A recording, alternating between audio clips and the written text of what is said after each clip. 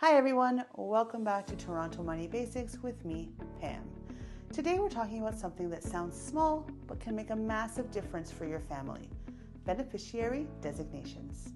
And trust me, this is one of the most overlooked parts of financial planning. People think it's just a checkbox, but it's actually a powerful way to protect the people you love. So let's walk through what a beneficiary is, why it matters here in Ontario, and the mistakes I see all the time that you can easily avoid. Let's get into it. First, let's look at what a beneficiary actually is.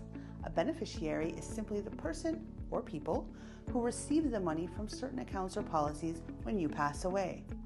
This can apply to things like life insurance, RRSPs, RRIFs, TFSAs, pensions, and some employer group benefits. Naming a beneficiary tells the company exactly who gets the money, so your wishes are clear and there's no confusion.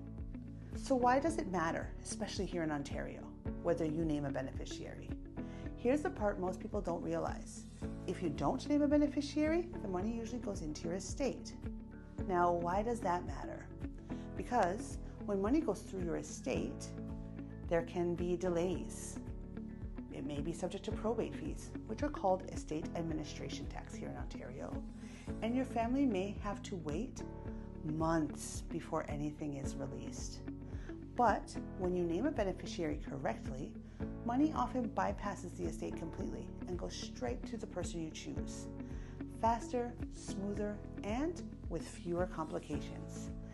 Think of it as doing something small today that saves your loved ones a lot of stress later on.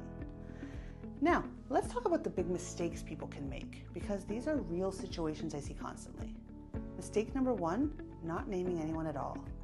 People leave it blank, or they assume their spouse is automatically covered. Not always. Most institutions need a clear written name. Mistake number two, only listing a primary beneficiary. What if that person passes before you, or you both pass at the same time? Adding a contingent beneficiary means you always have a backup plan. Mistake number three, forgetting to update it after big life changes. This happens more than you think. Marriage, divorce, new baby, new partner, a family death. Your accounts don't automatically update. You have to update them. Mistake number four, not understanding successor holder versus beneficiary for TFSAs. This one is very Canadian specific. If you have a spouse or a common law partner, you can name them as a successor holder for your TFSA, which is even better than naming them as a beneficiary because they take over the TFSA as is. If you choose beneficiary, they still get the money, but the account itself doesn't continue. Small difference, big impact. Mistake number five, thinking your will overrides your beneficiary form. This surprises a lot of people. Your beneficiary form usually overrides your will. So if your will says one thing and your beneficiary form says something else, the beneficiary form often wins. That's why keeping these aligned so they're the same, it's so important.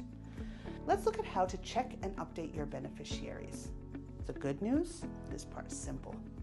You can contact your bank, your financial advisor, your insurance company, or your workplace HR department for group benefits. Just say, hey, can I confirm who is currently listed as my beneficiary? They'll tell you exactly what's on file and help you update it if needed. It usually takes 2 to 5 minutes, and honestly, it's one of the easiest ways to give your family clarity and peace of mind. So, why does this matter for real life? You don't need a big estate. You don't need to be wealthy.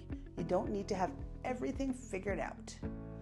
Beneficiary designations help avoid delays, reduce paperwork, lower stress for your loved ones, and it makes sure your money goes exactly where you want it to, especially in a city like Toronto, where the cost of living is high and families rely on each other.